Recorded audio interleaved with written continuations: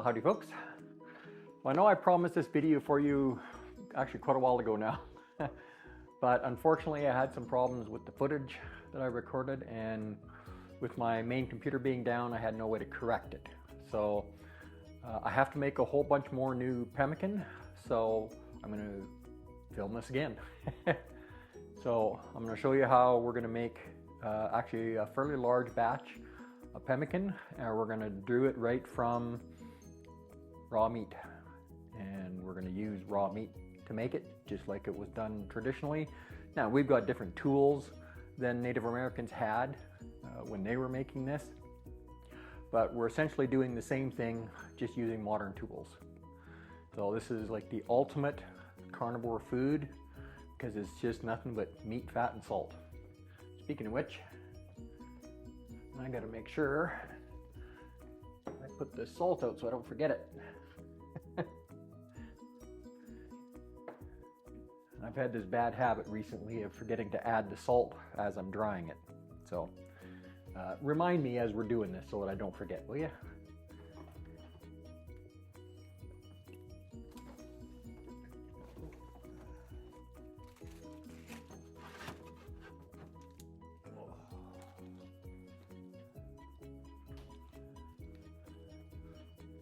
So the last time I did this, I was splitting one package of hamburger across 2 trays, but I don't need to do that. So we're going to do everything at once so I don't have to do it in 2 batches. There's also going to be another little kind of a sub snack that we make from this that you can use too. So basically, the first step of this is we're going to make meat chips out of ground beef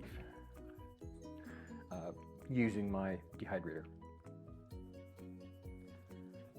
Okay. So we'll start with the first one here. And all we're going to do is we're just going to start breaking it up. Nothing fancy. And we're just going to break up the entire package into as many little pieces as we can and spread them out about as evenly as possible. We want this to all kind of dry together at the same time. So it's just a matter of continue to break it up and spread it around until you're happy with it. You want to leave a little bit of air space between the meat as well as the air it's going to have flowing under it and around it. So it's got to have some path to flow through the meat. It doesn't take much. Just a few little cracks of space is all it needs.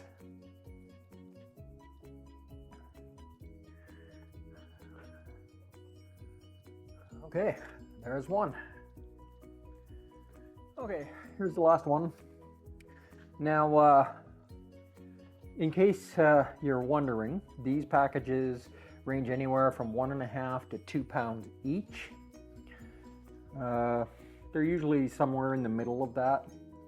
I've had them sometimes a little bit over 2 pounds, but now I get ours from a local butcher shop. This is grass-fed, grass-finished beef from the Tatonka Butcher Shop here in town. So for those of you who live near here, they're a good option for ground beef, especially for making pemmican, because you're better off using lean ground beef for pemmican because we're going to be adding fat to it anyway.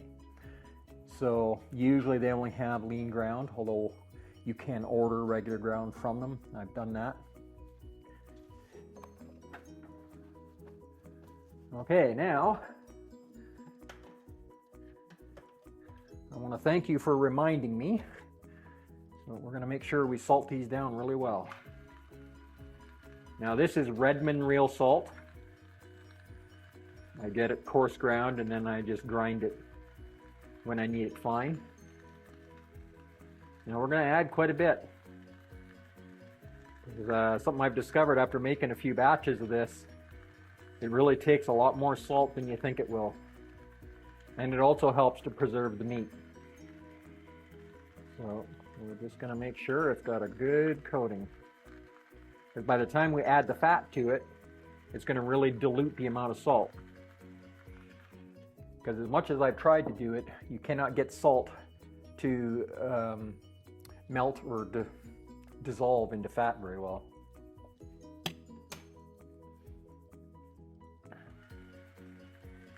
Now, you don't have to use a grinder for this. I mean, you can use any fine salt. You can even use a coarse salt if you want. Doesn't really matter. Just make sure you get a good coating on there. Now, I use an electric grinder because some of you know I've got an issue with my hand from a pinched nerve in my neck. So I kind of have to use some more tools than most people would.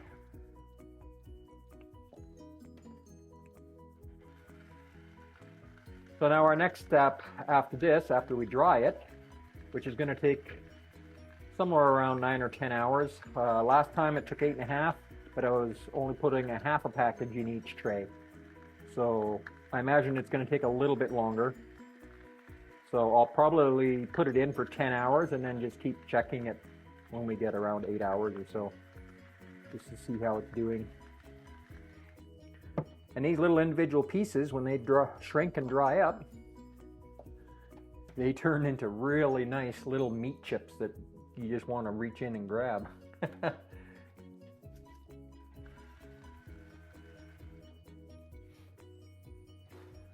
Okay, so this is the Ninja XL Pro. This is actually an air fryer, but it has functionality for dehydrating and a bunch of other stuff. So we're going to take these racks and we're going to slide them in.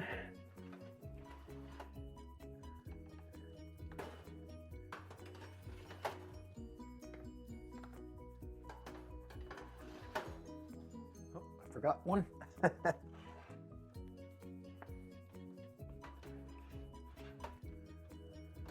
Okay, so we're going to turn it on, and I'm going to set it to dehydrate. So I'm using 150 degrees, and we're going to increase the time to 10 hours, and then I'll set the timer on my watch to check it more regularly. And there we go. All right, that's it for now. So this has got to dry, and then when it's dried, I'll bring it back and we'll take the next steps.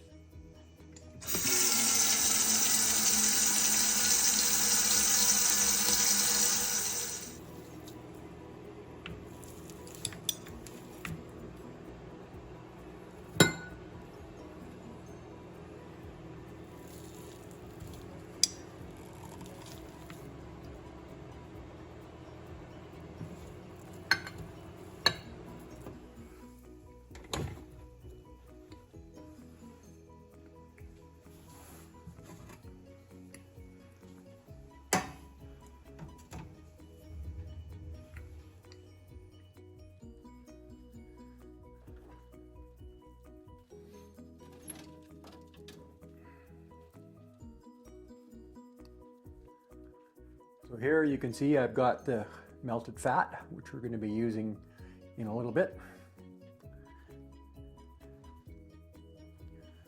Okay, so now we need to collect our dried meat.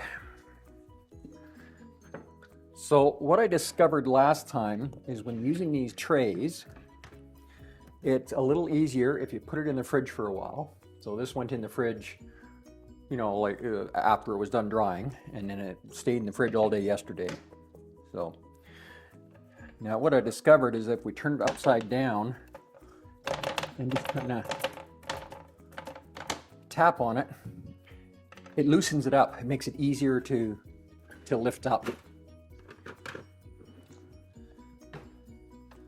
And then I'm just gonna scrape it like that.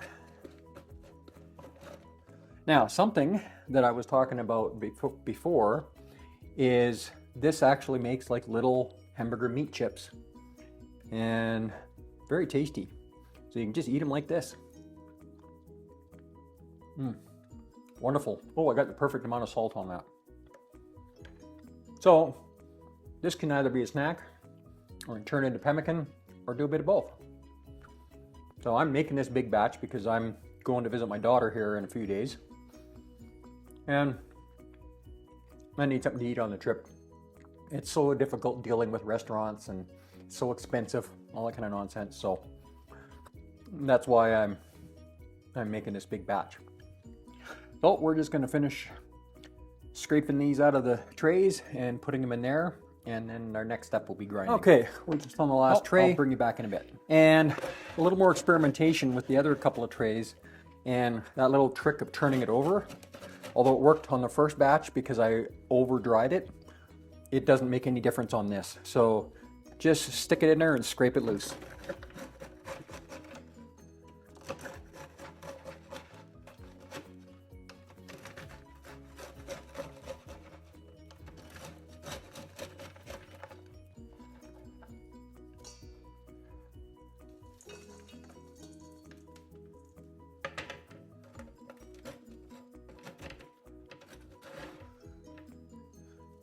Now, something else that I did the first time was oil, or not oil, but grease the trays. Didn't make any difference. This time I did not grease them and it came out actually easier. But I also didn't over dry it this time too, so. All right, so. Now I'm just gonna save that tasty crumbled meat.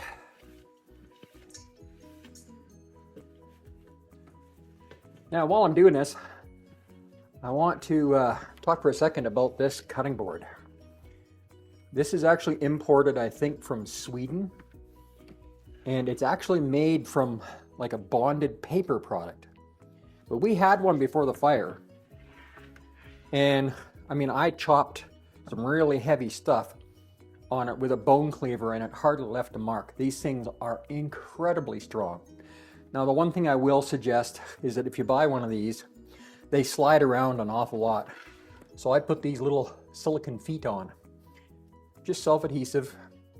The first time I used round ones, it worked fine too. These were a little bigger, so I like those. All right, let's go on to the next stage here. So we've got all of our meat, fair chunk, so that represents about 8 pounds of raw hamburger meat. Okay, so I always get asked what kind of blender this is. So this is a Ninja AutoSense, and it's like their largest model. It's quite a bit more powerful than the normal consumer level ones. So it does a great job, absolutely love it, works perfectly for this kind of stuff. So we just got to unlock the top. And we're going to start putting in meat.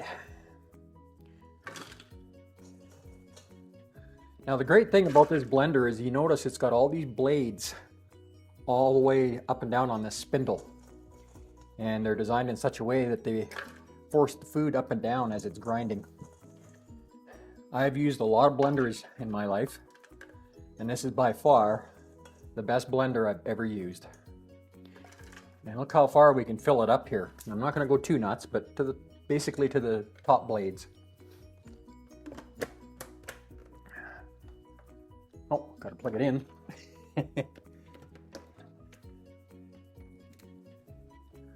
Works a little better when they're plugged in. Don't know why that is, but you know. So I'm setting it to manual so that I've got control over the speed, so it's not doing its auto sensing thing.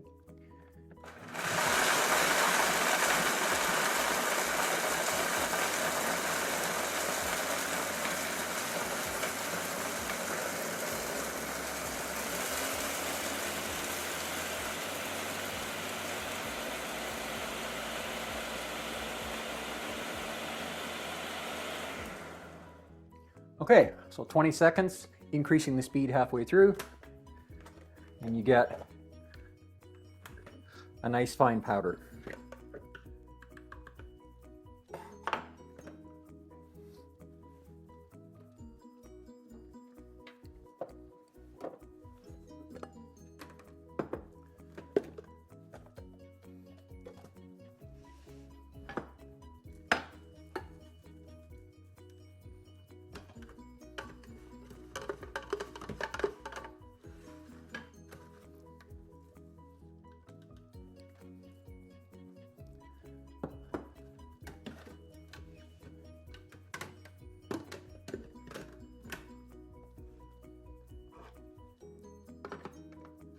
All right, we're just gonna do this a few more times until we grind it all up.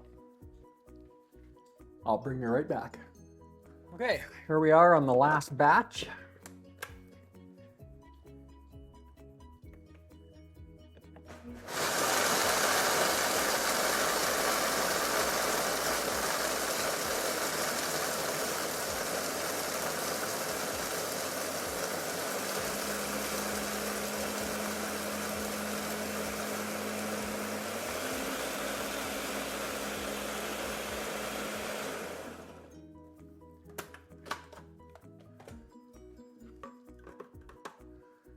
Okay, so we're going to use this original big stainless steel bowl because it's got enough room to work with.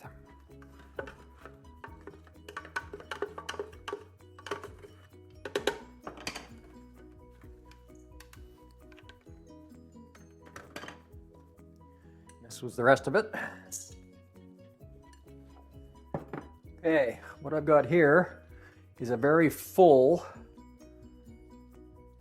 like about 2 1/4 cups of tallow. This is what was in the double boiler. So I'm going to actually pour this all in. And I might have to add more. We'll see. Last time I had a lot less meat because we'd been nibbling on it as snacks. So we're just going to stir it up.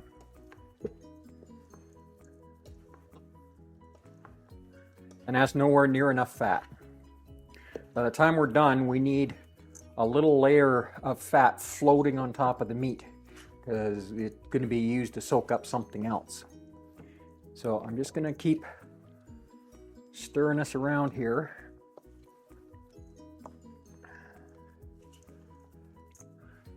And we're going to grab some more tallow.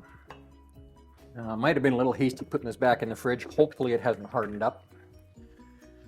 Because to be able to scoop this into this container to melt, I had to leave it on the counter overnight. Oh yeah, it's still plenty soft.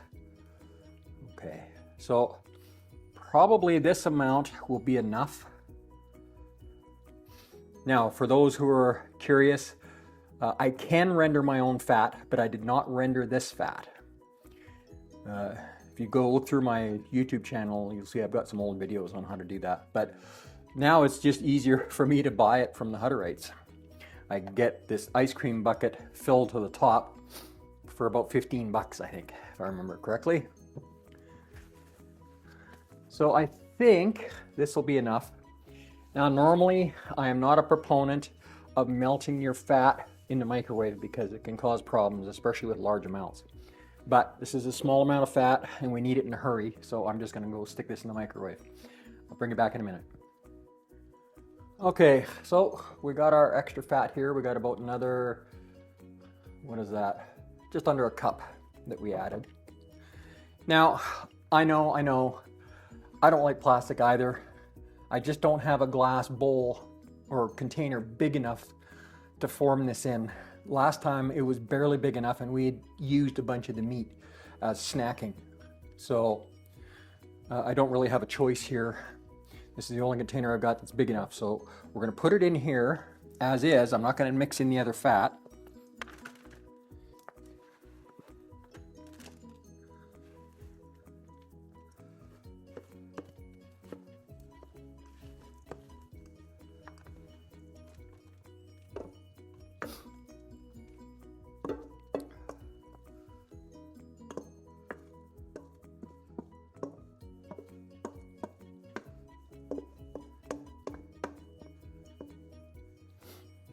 Okay, so now I'm going to spread this out evenly.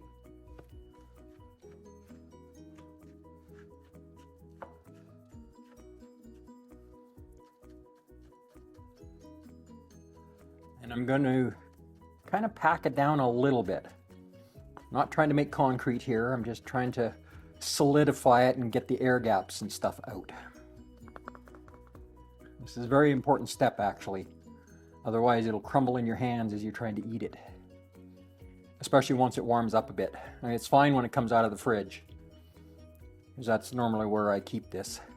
There is enough salt in it that it would probably keep just on a cool shelf for about a year. But I don't need to resort to that, so why bother? Okay. Now I don't want to smooth it out too much because I want this extra layer of fat to have something to grip to. So it's kind of like when you're sanding metal before you paint it. Give it something to grab.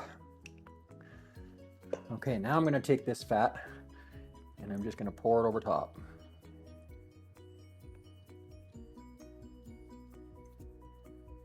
And you know, that may not have been enough.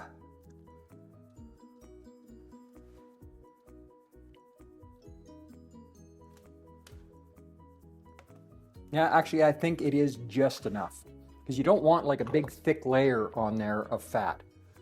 You don't want it too fatty. You know, I'm trying to make it as close to a Native American tradition as possible without adding fruit.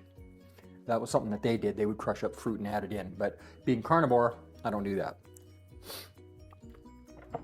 So, this final little extra that I do, I've done this once before and everybody loved it.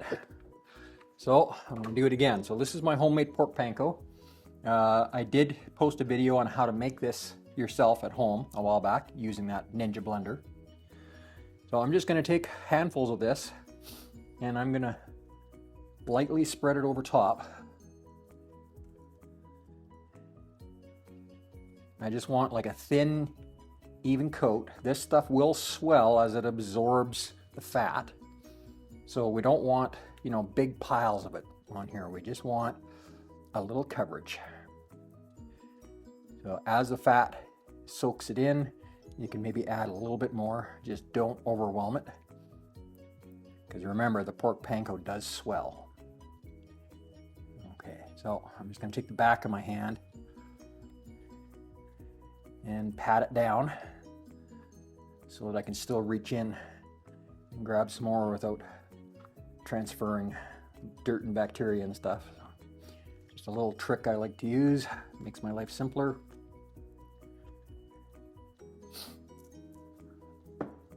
Okay, that's basically how we make it. Now this is going to sit on the counter for a while and start to set up a little bit. And then I'm going to score it with a knife so it's much easier to cut.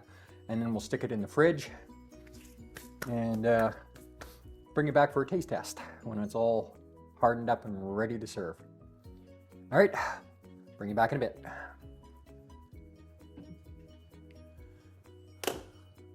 Well, that was cheap crap. Okay, so we've got it ready. Now, in the past, I've let it sit and warm and set up on the counter, but it is kind of warm in here. So I'm going to actually put it in the fridge for about 45 minutes to an hour. And it'll still be soft enough for me to come back and score it with a knife to make it easier to cut later.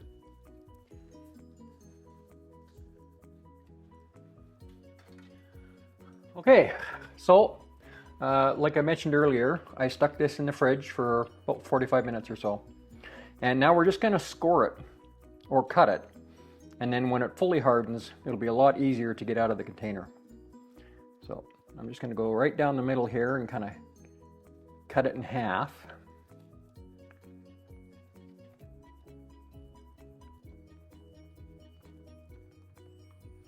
And then I'm going to half each one of those.